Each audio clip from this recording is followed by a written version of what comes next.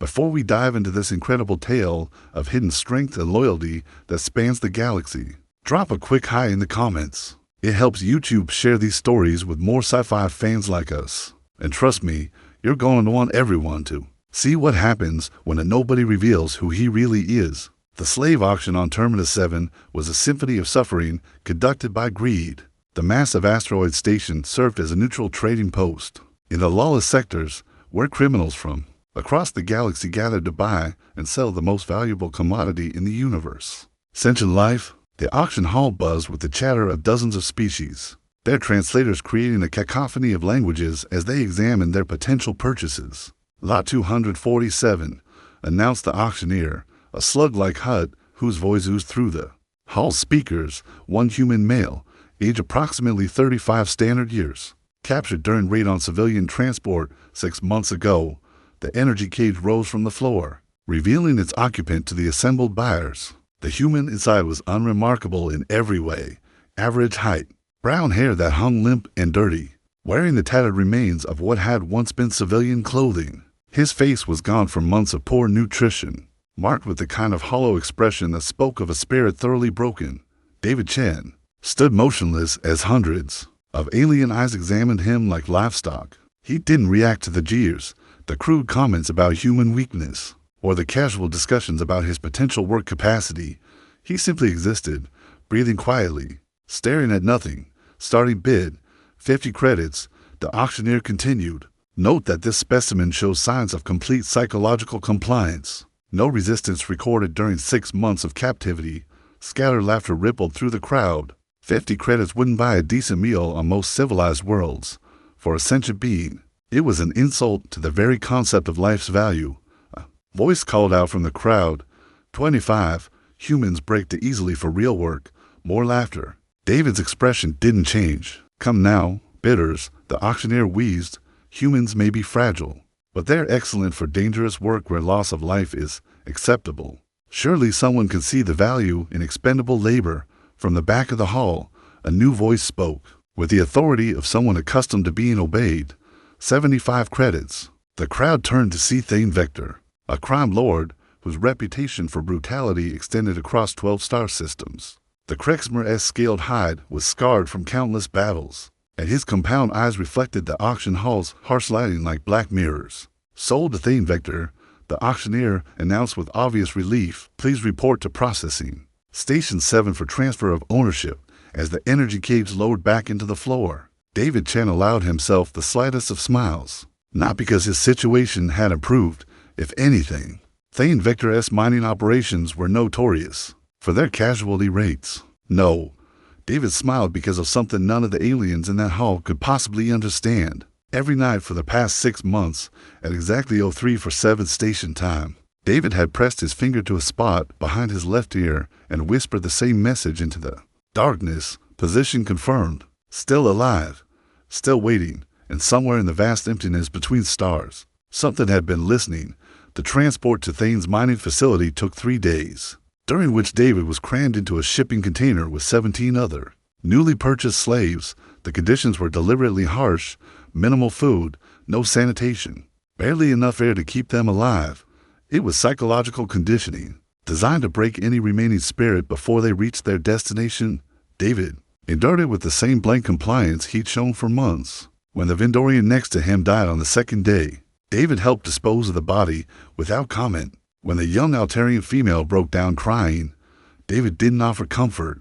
When the Zephyrian male tried to organize resistance, David remained silent. To his fellow prisoners, David Chen was exactly what he appeared to be, a broken human, completely defeated by his circumstances. They had no way of knowing that behind his empty expression, one of the finest tactical minds in known space was cataloging every detail of their journey. Guard rotations, ship specifications, navigation routes, weapon positions, communication, protocols. David absorbed it all with the methodical precision of someone who had spent his career turning information into victory.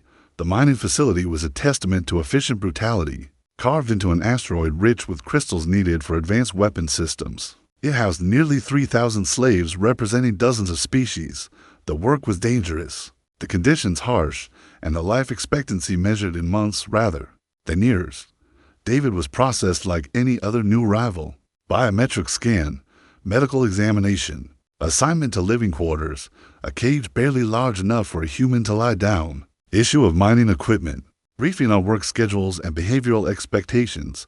Human, growled Sergeant Rockhand, the facility's chief guard. You work 16 hours per day. You receive 1 meal and 6 hours sleep. You speak only when spoken to. You resist, you die. You complain, you die. You look at me wrong, you die. Understood. David nodded once. Good. You're assigned to Deep Shaft 7. Survival rate there is about 3 months for your species.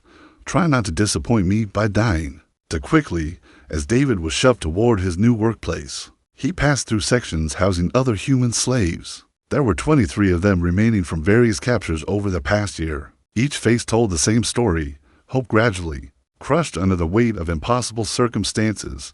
But David noticed something else. Several of the humans watched him with sharper eyes than the guards realized. Former military personnel, trained to recognize their own kind even under these conditions. They saw what the aliens missed, the way David moved, the constant awareness. In his eyes, the controlled breathing of someone maintaining discipline under extreme stress. One of them, a woman with the bearing of a former officer, caught David's eye as he passed. Her name tag read Santos, M, and David recognized the look she gave him. It was the expression of someone who suspected they weren't the only professional in the room.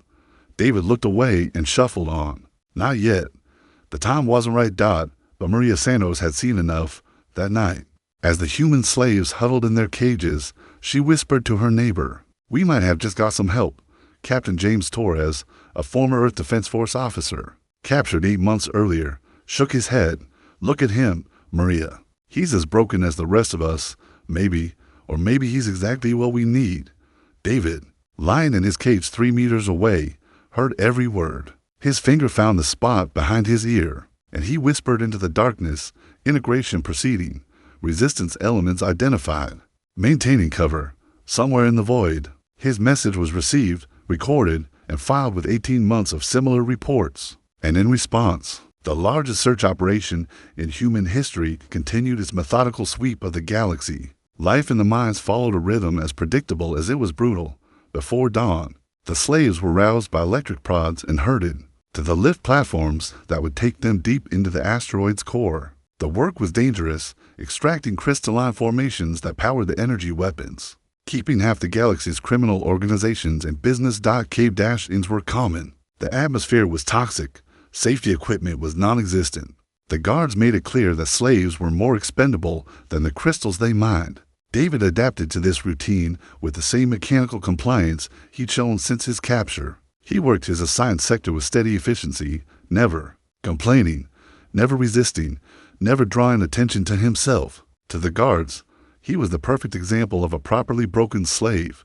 But to the other humans, David presented a puzzle. "He's different," Maria Santos whispered during one of their brief rest periods. The former medic had managed to keep more humans alive than anyone had thought possible, using improvised treatments and sheer determination. "Watch how he moves. That's not a civilian walk." Captain Torres was less convinced. "Broken is broken, Maria. I've seen plenty of good soldiers crack under this kind of pressure." Then why does he whisper to himself every night at exactly the same time? Torres frowned. He'd noticed that too. David's nightly ritual of touching his ear and mumbling words to quiet to understand. Maybe he's praying for 7 minutes. With technical specifications, Dr. Elena Vasquez, a xenobiologist captured while studying alien ecosystems, looked up from the mineral samples she'd been examining. "I've been listening. The words he uses, they sound like coordinate systems, navigation data." The 3 former officers exchanged glances. In the hellish environment of the mines, they learned to survive by reading people, situations, and possibilities. And David Chen was definitely a possibility. They needed to understand that their opportunity came during the 3rd week of David's captivity, when a support beam failed in Section 12 and trapped 15 slaves behind tons of rubble. The guards wrote them off immediately. Rescue operations were expensive and slaves were cheap.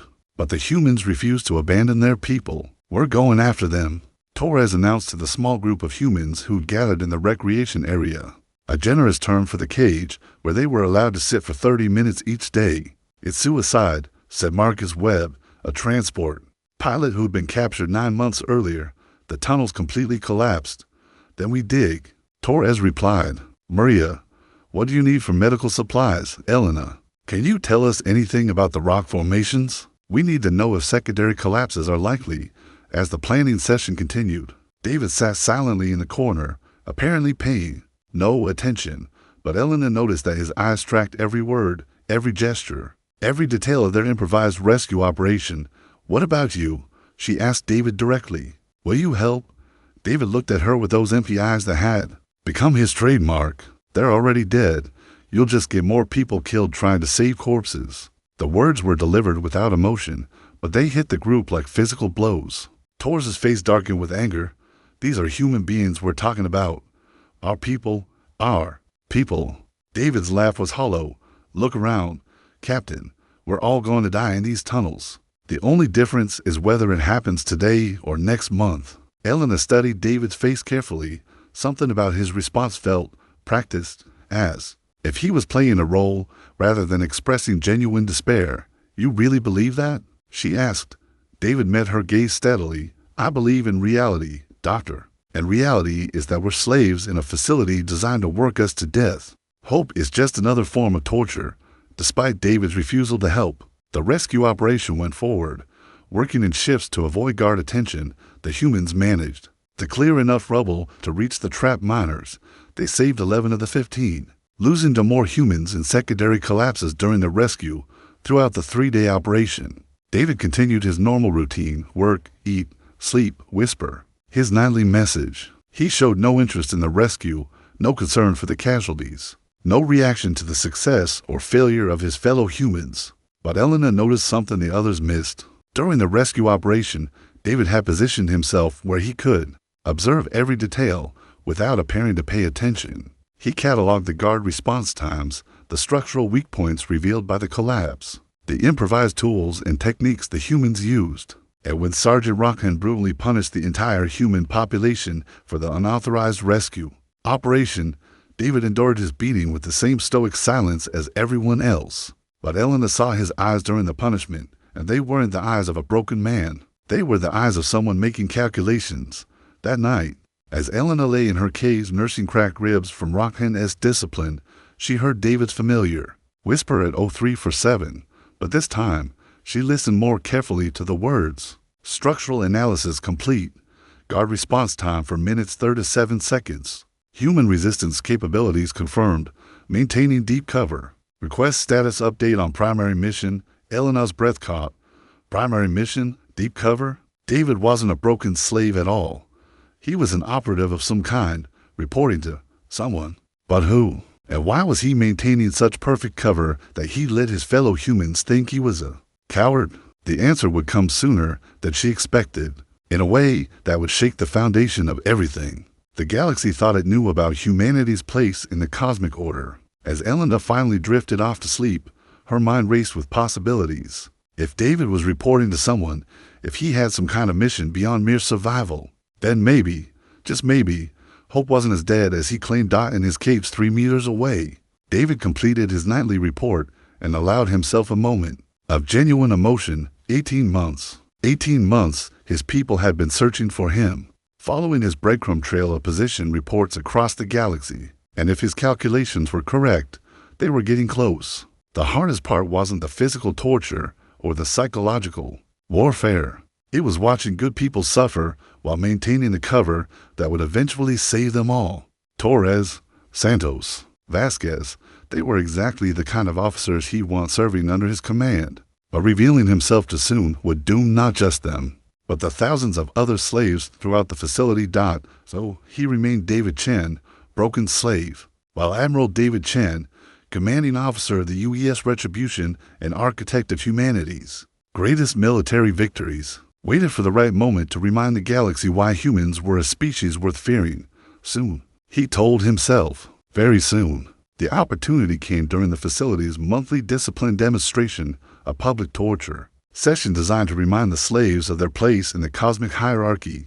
Thane Vector personally attended these events, enjoying the spectacle of suffering while conducting business with various criminal associates. Today's subject, Sergeant Rockin announced to the assembled slaves, is the human Santos, who was caught attempting to treat injured workers without authorization. Maria Santos was dragged to the center of the compound's main plaza, where a torture device had been set up for maximum visibility. The machine was designed to cause excruciating pain. While keeping the victim conscious and aware, David watched from his assigned position in the crowd, his face showing the same blank expression he'd maintained for months, but internally, he was fighting the hardest battle of his life. Maria Santos was a good officer, a dedicated healer, someone who deserved better than dying for the crime of showing compassion, as she was exactly the kind of person Admiral David Chen had sworn an oath to protect. Let this serve as a reminder. Thane announced to the crowd that acts of individual compassion disrupt the efficient operation of this facility. Slaves exist to work, not to care for each other. The torture began. Maria's screams echoed through the compound, and David felt each one like a knife to his heart. Around him, other humans wept or looked away, but David forced himself to watch, to remember, to catalog every detail of what was being done to someone under his protection. Stop looking at her, Torres whispered beside him. Don't let them see. It affects you. But David wasn't looking at Maria. He was looking at the guards, counting weapons, noting positions, calculating angles and response times. Because in approximately 6 hours, at 0347 station time, he was going to do something that would change everything. The torture continued for an hour before Maria finally lost consciousness. The medical officer pronounced her still alive, but warned that she wouldn't survive another session. Excellent, Thane said with satisfaction. Tomorrow we'll finish the demonstration. Guards, return the humans to their cages. As the crowd dispersed, David caught Elena's eye. For just a moment, he let his mask slip. She saw something in his expression that made her breath catch, not despair or resignation, but cold, calculating fury. That night, David lay in his cage and waited. Around him, the other humans dealt with their grief and helplessness in different ways. Some prayed, some wept, some planned futile revenge fantasies. David checked his chronometer. 347 hours. He pressed his finger to the spot behind his ear and spoke the words he'd been preparing for. 18 months. This is Admiral David Chen, Commanding Officer UES Retribution. Service number 77 Alpha 99 Delta. Authorization code Omega Black 7. Priority Alpha Emergency. Request immediate extraction and full tactical support. Coordinates follow. The neural implant behind his ear. Military-grade technology that had been carefully hidden from every scanner and examination. Transmitted his message across the galaxy using quantum entanglement communication that moved faster than light itself, somewhere in the darkness between stars. The message was received by the most advanced vessel humanity had ever constructed, and after 18 months of searching, following breadcrumb trails of position reports across half the galaxy, the crew of the Retribution finally knew exactly where their admiral was. The response came within seconds, transmitted directly to David's neural implant in a voice he never thought he'd hear again. Admiral Chen, this is Captain Martinez aboard Retribution. We have your position confirmed. Estimated time to arrival, 4 hours, 17 minutes. Sir, it's damn good to hear your voice. David closed his eyes and allowed himself the first genuine smile he'd worn in 18 months. It's good to be found. Captain, what's our tactical situation? Full battle group. Sir, 13 vessels, all spoiling for a fight. We've been tracking the bastards who took you across 3 sectors. Negative on the revenge fantasies. Martinez. This is a rescue operation. There are 3,000 slaves on this facility representing dozens of species. Minimal casualties. Understood, sir. How do you want to play this? David's smile turned predatorial. I think it's time to remind the galaxy why we don't take prisoners when humans are involved. In the cage next to him, Elena Vasquez heard every word of the conversation through the thin walls. Her xenobiologist training had given her excellent hearing, and David's whispers weren't quite as quiet as he thought. Admiral Chen. The David Chen who'd been lying broken and defeated in the midst for weeks was actually Admiral David Chen, hero of the Centauri Wars, the youngest fleet commander in Earth history, the man who'd never lost a battle. Elena's mind raced as she processed the implications. If David was Admiral Chen, if the Retribution was coming, if there was actually a 13-ship battle group en route to their location, Torres She whispered urgently to the cage on her other side. "Wake up, we need to talk." But before she could explain what she'd overheard, alarms began blaring throughout the facility. The massive screens that usually displayed mining quotas and punishment schedules suddenly switched to external sensor displays. And on those screens, impossible as it seemed, space itself was tearing open. The quantum fold drive signature was unlike anything the criminal database contained. Whatever was coming through that dimensional rift was built on a scale that defied comprehension, larger than the entire Terminus 7 station, radiating energy signatures that made the facility's weapons seem like children's toys. In his cage, David Chen stopped pretending to be a broken slave and became, once again, the admiral who had saved humanity from extinction. "All right, people," he said quietly to the humans around him, his voice carrying the authority of absolute command. "It's time to go home." The UES Retribution emerged from quantum fold space, like a leviathan breaching the surface of an impossible ocean. 25 miles of sleek, predatory hull that had been designed by humanity's finest engineers and built by their most skilled craftsmen. It was more than a ship, it was a statement of intent, a declaration that humans were no longer prey species in a galaxy full of predators. Inside the mining facility, panic spread through the criminal organization like wildfire. Emergency alarms shrieked as sensors tried to process readings that shouldn't exist. The ship approaching them was larger than most space stations, armed with weapons that made their defensive systems look like antiques. "What is that thing?" Thane Vector demanded from his command center, staring at tactical displays that seemed to be malfunctioning. The readings couldn't be accurate. Nothing that size could move with such grace. "Unknown configuration, sir," his tactical officer reported, compound eyes wide with fear. "Energy signatures are off our charts. It's bigger than our entire facility. Impossible. Run a full sensor sweep." That has to be a projection, some kind of holographic deception. But the sensors confirmed what their eyes already knew.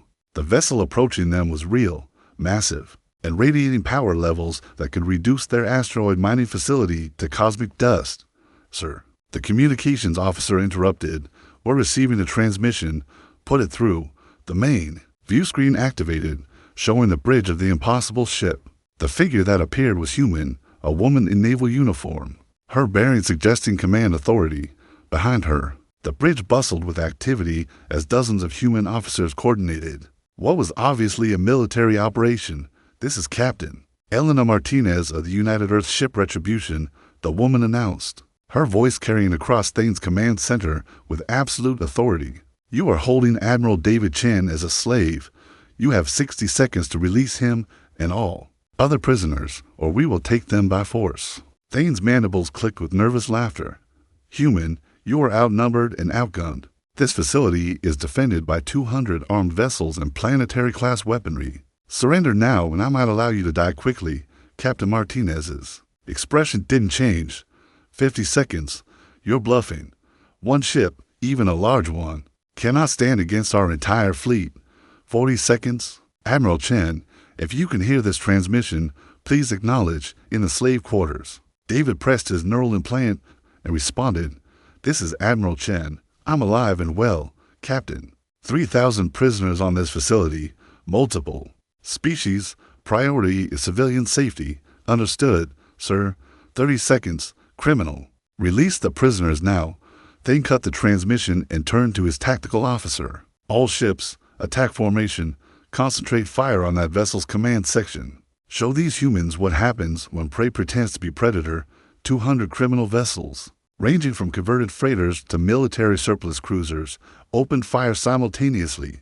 Plasma bolts, missile salvos, and particle beams converged on the Retribution in a display of firepower that could have sterilized a continent. The energy barrage struck the Retribution shields and simply stopped, absorbed into energy fields that shimmered like aurora, converted into power that fed back into the ship systems. Not a single shot penetrated the defensive barriers. "Impossible," Thane whispered. The Retribution's response was precise and devastating. From weapon ports along its massive hull, beams of coherent energy lanced out with surgical accuracy, not to destroy the criminal fleet that would have been simple, but to disable key systems while leaving life support intact. One by one, 200 ships found their engines dead, their weapons offline, their communications jammed. In less than 3 minutes, the largest criminal fleet in the sector had been reduced to helpless hulks drifting in space. Now, Captain Martinez's voice filled every speaker in the facility. Let's discuss those prisoners. In the slave quarters, David stood up in his cage and spoke with the voice of command. All humans, listen carefully. We are about to be extracted. When the rescue teams arrive, follow their instructions exactly, stay calm, help the injured, and remember, we're going home. Elena stared at him in wonder. The transformation was complete. Gone was the broken, defeated slave, replaced by an officer who radiated confidence and authority. You're really him, she breathed. You're really Admiral Chen. David's smile was warm but tired. I'm sorry for the deception, Doctor. But maintaining cover was necessary to protect both you and the mission. What mission? Finding this place, mapping the criminal networks, gathering intelligence on the slave trade. Do you really think my capture was an accident? Elena's eyes widened as the implications hit her. You let yourself be taken. You've been reporting our location all along, for 18 months, every night, same time, same procedure. It took my people a while to track down all the facilities in this network, but we got them all. Torres had been listening from his cage, and now he spoke with the voice of someone who finally understood. Sir, request permission to resume duty. David's expression became formally military. Permission. Granted, Captain. I'll need all qualified personnel for prisoner processing and facility security. As if summoned by his words, the sound of cutting torches echoed through the facility. The Retribution's Marines were coming. The rescue operation was a masterpiece of military precision. Marine units secured key positions throughout the facility while medical teams attended to the most seriously injured slaves. Engineers disabled security systems and unlocked cell blocks. Intelligence officers gathered data on the criminal organization's operations. And through it all, Admiral David Chen coordinated the operation with the calm professionalism that had made him legendary throughout human space. Medical Priority 1 to Sector 7.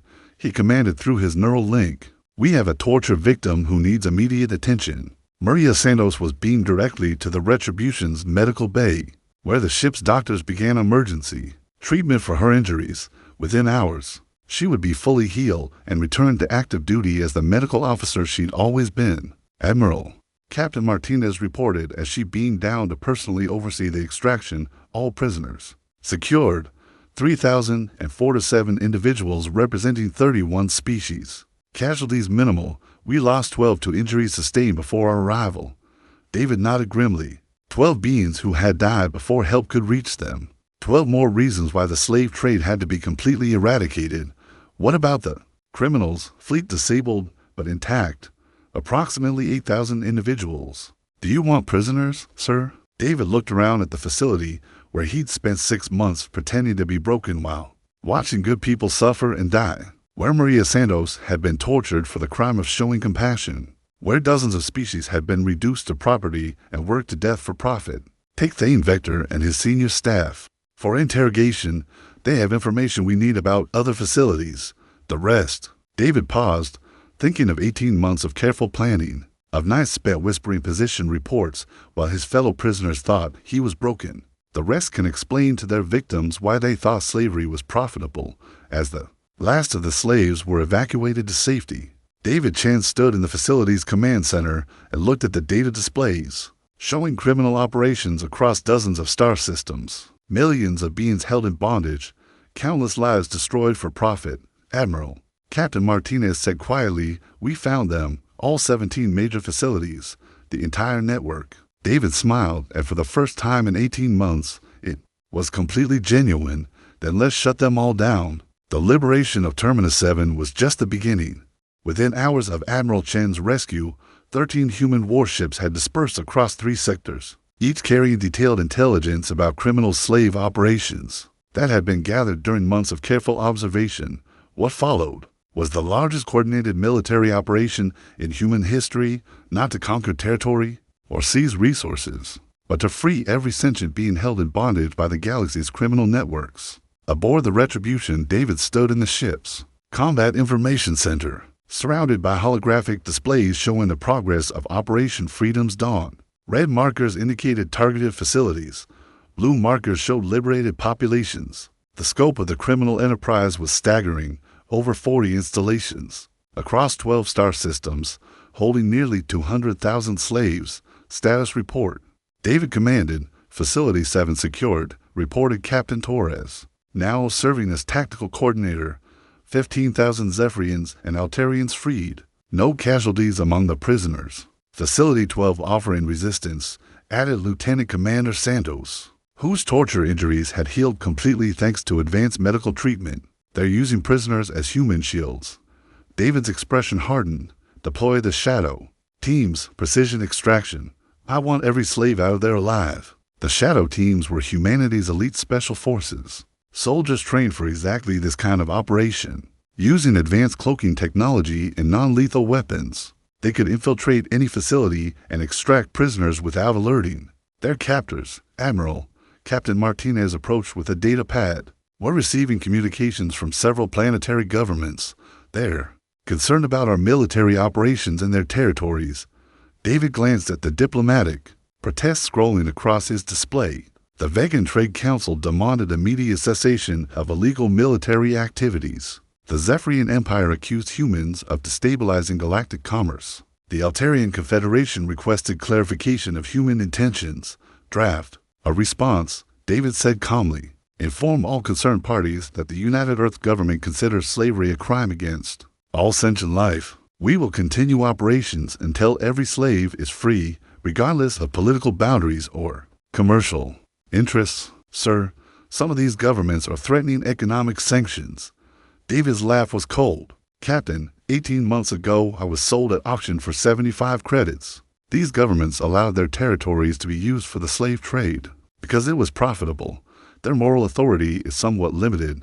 On the tactical display, another facility turned from red to blue as human forces completed another liberation. 5,000 Vendorians, Keplerians, and various other species were now free, but the operation wasn't without cost. 3 human ships had taken damage during the assault on heavily defended facilities. 47 Marines had been wounded, and the political ramifications were growing more serious by the hour. Admiral Dr. Vasquez approached, now serving as the operations xenobiological specialist. I've completed analysis of the slave populations. The demographics are disturbing. She activated a holographic display showing species breakdown by facility. They weren't just taking random prisoners. This was systematic targeting of specific populations: scientists, engineers, military personnel, political leaders. They were trying to brain drain entire civilizations. David studied the data with growing anger. Deliberate cultural genocide. They weren't just enslaving people. They were trying to destroy entire species' capacity for advancement. It gets worse. The humans they captured were specifically chosen for psychological profiles. They wanted people who would break quickly and serve as examples to other species. Except for me, you were different. According to the files we recovered, they knew exactly who you were. Your capture wasn't random. It was targeted assassination disguised as slavery. David absorbed this information with the calm of someone who suspected as much. They wanted to remove Earth's most successful military commander while demoralizing the human population. 2 objectives with 1 operation, which means this whole network wasn't just criminal enterprise. It was warfare by other means. David nodded grimly. The implications were staggering. If the slave trade was actually a coordinated attack on human civilization, then the response needed to be proportional. Captain Martinez, he called. Signal all task force commanders. We're expanding the operation, sir. Every facility, every network, every organization involved in the slave trade. I want them all shut down permanently. Martinez hesitated. Admiral, that's a significant escalation. We'll be operating in territories controlled by major powers. Captain, do you know what the average life expectancy was for humans in these facilities? No, sir. 3 months. They were working our people to death for profit while selling our children to the highest bidder. As far as I'm concerned, this is already a war. We're just finally fighting back. The expanded operation began immediately. Human task forces struck at 17 major facilities simultaneously. Their attacks coordinated with precision that spoke of months of planning. Prison complexes that had operated for decades were liberated in hours. Criminal fleets that had terrorized entire sectors found themselves facing weapons technology they couldn't comprehend. But the most significant moment came when human forces reached the fortress world of Kethvara, the administrative center of the entire slave trade network. The planet was heavily defended, surrounded by orbital weapons platforms and protected by the largest criminal fleet ever assembled. 80 ships and 300,000 ground-based soldiers, all commanded by the crime lords who had built their fortunes on sentient suffering. The battle for Kethvara lasted 6 hours. When it was over, 200,000 slaves from 30 species had been freed. The criminal leadership was either dead or in custody, and the galaxy's largest slave market had been reduced to rubble. Human casualties, 347 wounded, no deaths. The message was clear to every criminal organization in known space. The slave trade was no longer profitable, but the broader implications were even more significant. For the first time in galactic history, a single species had used military force to enforce universal moral principles rather than advance their own interests. The concept was so unprecedented that most alien governments didn't know how to respond. Some, like the Altarian Confederation, openly praised human actions and requested similar operations in their territories. Others, like the Vegan Trade Council, imposed economic sanctions while quietly asking for human protection from the criminal organizations they previously tolerated. A few, like the Zephyrian Empire, began making subtle military preparations, uncertain whether humanity's new moral assertiveness represented a threat to their own territorial ambitions. Standing on the bridge of the Retribution as it orbited the liberated world of Kethvara, Admiral David Chen contemplated the galaxy his actions had helped reshape. The slave trade that had operated for centuries was broken. Hundreds of thousands of beings were free, and humanity had established itself as a force for justice rather than conquest. Admiral Captain Martinez approached with the latest reports. Final casualty figures from all operations. 200,000 slaves liberated across 43 facilities. Human losses, 412 wounded, 17 killed in action. David closed his eyes and thought of the 17 human warriors who had died freeing strangers from bondage. Heroes whose names would be remembered alongside the greatest in human history. Captain, draft orders for fleet-wide memorial services. These people died so others could be free. That sacrifice deserves recognition. Yes, sir. And Admiral, there's something else. Communications from Earth. The President wants to speak with you personally. David nodded. It was time to face the political consequences of his actions. Time to explain to civilian leadership why a simple rescue mission had become a galaxy-wide military campaign. But as he looked at the display showing free populations returning to their homeworlds, David felt no regret. Sometimes moral imperatives transcended political considerations. Sometimes the right choice was the only choice. Regardless of consequences, he had been sold as a slave for 75 credits. Now the galaxy would learn that human dignity was worth more than all the credits in known space. The communication from Earth arrived 18 hours after the liberation of Kethvara, transmitted across the galaxy using quantum entanglement networks. That made real-time conversation possible despite impossible distances. President Catherine Wells appeared on the Retribution's main view screen, her expression carefully neutral, but her eyes reflecting the weight of commanding a species that had just announced itself as the galaxy's moral arbiter. Admiral Chen, she began without preamble, "You've started a war." David stood at attention in the ship's communication center, surrounded by his senior staff. "Madam President, I've ended one. The war against human dignity that's been ongoing for decades. 17 governments have filed formal protests. The Vegan Trade Council is threatening complete economic embargo. The Zephyrian Empire is mobilizing their border fleets. Our ambassadors are calling this the greatest diplomatic crisis in Earth's history." David's expression didn't change. "Madam President, with respect, our ambassadors weren't sold at auction for less than the cost of a decent meal." President Wells paused, studying David's face through the quantum link. She'd known him for 15 years, had watched him rise through the ranks to become Earth's youngest fleet admiral. She'd never seen him look so resolved. "Admiral, explain to me how rescuing yourself became a galaxy-wide military campaign."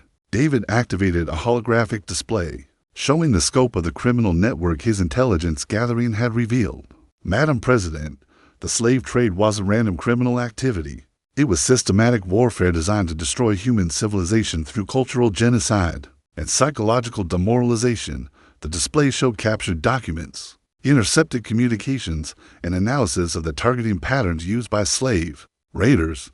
They were specifically capturing our scientists, engineers, military officers, and political leaders, not for labor, for elimination. The goal was to cripple our species' capacity for advancement, while using our suffering to intimidate other civilizations. President Wells studied the data with growing concern. You're saying this was an organized attack on humanity itself? Yes, ma'am. Disguised as criminal enterprise, but funded and coordinated by unknown parties who saw us as a threat to be eliminated. Your response was to liberate every slave in the galaxy?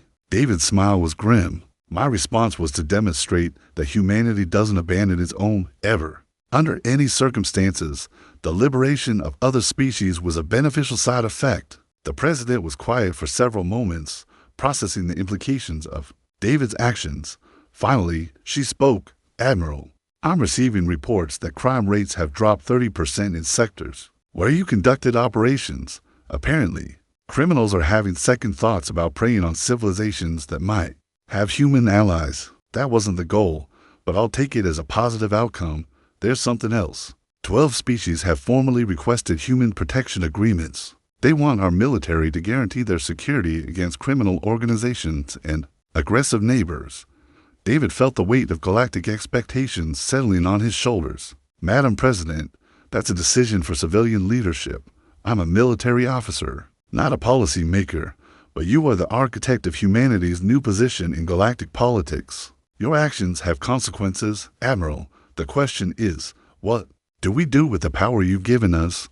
It was a question that would define humanity's future. They could become galactic police, using their military superiority to enforce moral principles across known space. They could withdraw back to Earth and hope the galaxy learned its lesson. Or they could find some middle path between isolation and hegemony.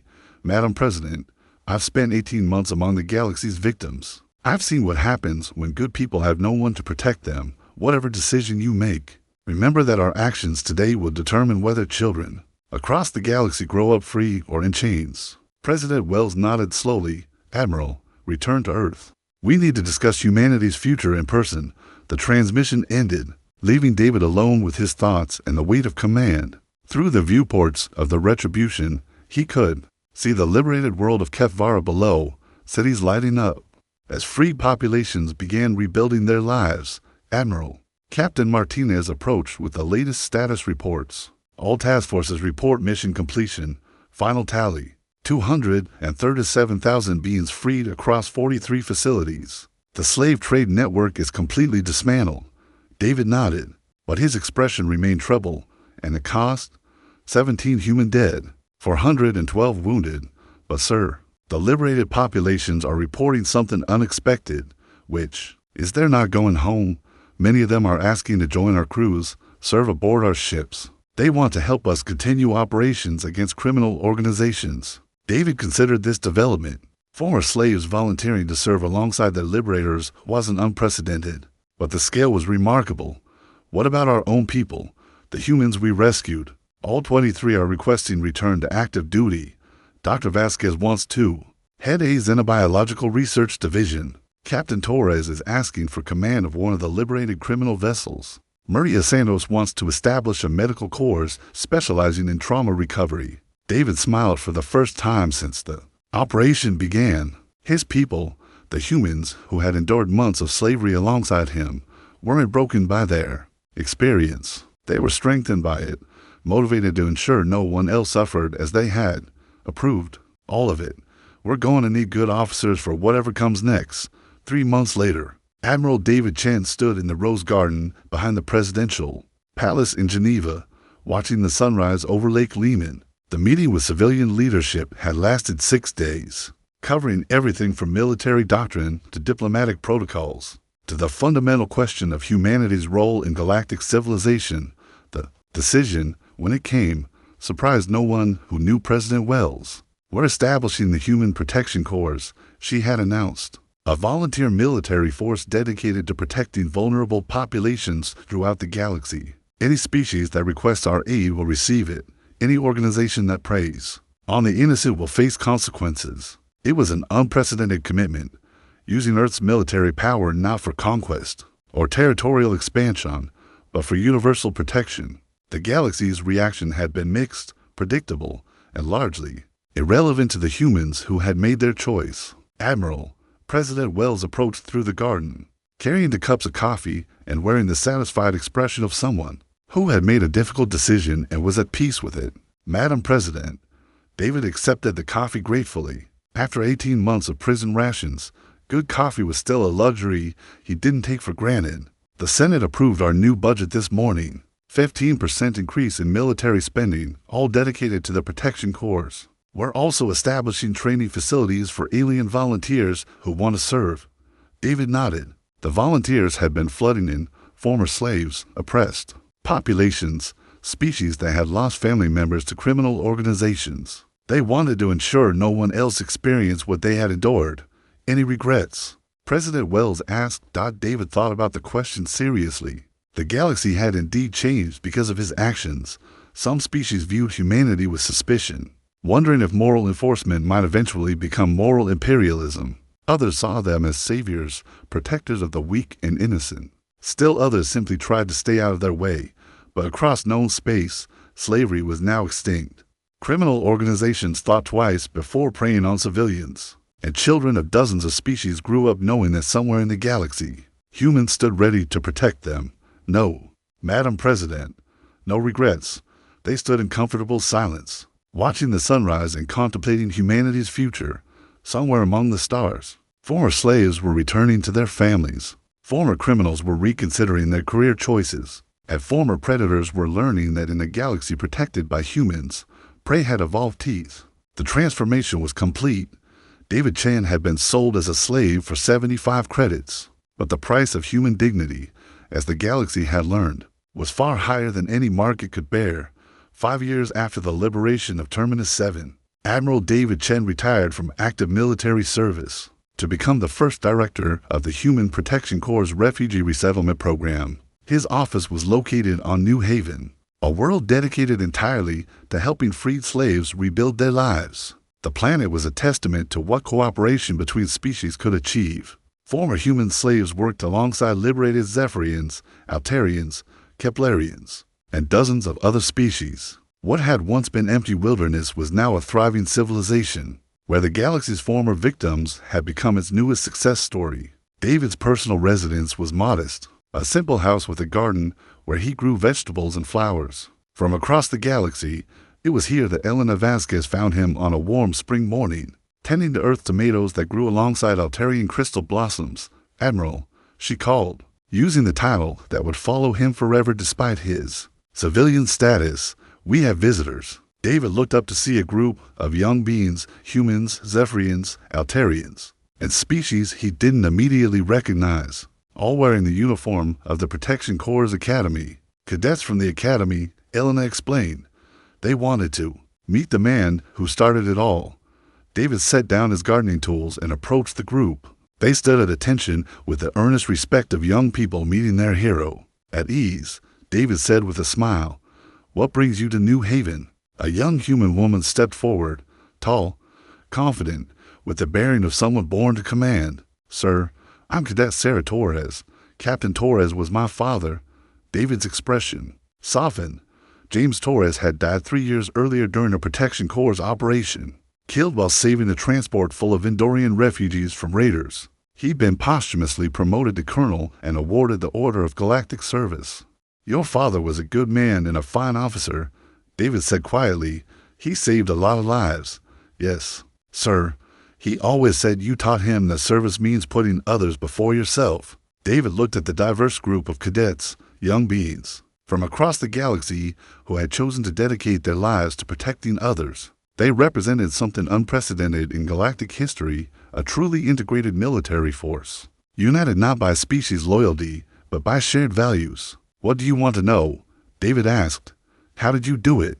asked a young Zephyrian whose scales marked him as barely past adolescence. "How did you survive 18 months of slavery?" Without losing hope, David considered the question carefully. These young beings would face their own impossible situation someday. They deserved an honest answer.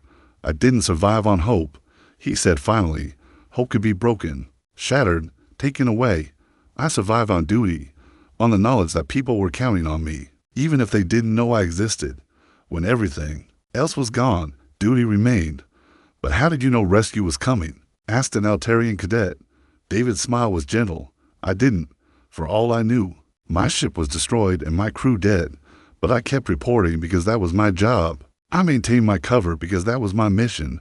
I endured because that was my duty. A young Kepler raised his hand tentatively. Sir, what if we're not strong enough? What if we break under pressure? David looked at the young being, barely past childhood, volunteering to risk his life protecting strangers from species he never met. Strength isn't about not breaking, David said. It's about what you do after you've been broken. Every being in this galaxy can be hurt, can be frightened, can be pushed past their limits. What defines us is whether we give up or keep fighting. The cadets listened with the intense focus of young minds absorbing wisdom they hoped they'd never need to use. One more question, David said. Why are you here? Why did you choose this path? The young human woman, Sarah Torres, answered for the group. Because someone has to stand for the innocent. Because predators exist in every generation, and so do protectors. Because you showed us that it's possible. David nodded, satisfied. These young beings would face challenges he couldn't imagine, fight battles and circumstances he'd never encountered. But they understood the fundamental truth that had sustained him through his darkest hours. Service to others was the highest calling any sentient being could answer. As the cadets departed, Eleanor remained behind, helping David tend his garden. Any regrets? She asked, echoing President Wells' question from years earlier. David looked across New Haven's skyline, where dozens of species worked together to build something better than what they lost. In the distance, he could see the spaceport where Protection Corps ships departed daily for missions across the galaxy. None, he said simply. Somewhere among the stars, the descendants of those he'd saved were living free lives, raising families, pursuing dreams that slavery would have stolen. The galaxy was safer, more just, more hopeful, because one man had refused to accept that dignity was negotiable. David Chen had been sold as a slave for 75 credits, but the freedom he'd bought with his sacrifice was beyond price, eternal, and spreading to every corner of known space. In his garden, surrounded by flowers from a dozen worlds, the admiral who had liberated the galaxy tended his plants, and knew that some prices were worth paying, no matter the cost. And that, my friends, is how one worthless human reminded the galaxy that dignity isn't determined by market value, and that sometimes the most dangerous slave is the one who never forgot he was free. What did you think of Admiral Chen's 18-month deception and the galaxy-wide liberation that followed, the way humanity chose protection over conquest? Drop your thoughts in the comments below. I love hearing how these stories of hidden strength and ultimate justice resonate with fellow sci-fi fans. If you enjoyed this epic tale of one man's sacrifice becoming an entire species awakening to their true purpose, smash that like button and make sure you're subscribed for more stories that explore what it means to never give up on those who serve. And check out the next video I've chosen for you, another tale of humanity proving that appearance can be deceiving, and that true strength often comes from the most unexpected places. Until next time, remember, in a galaxy full of predators and prey, sometimes the greatest power is knowing which one you really are.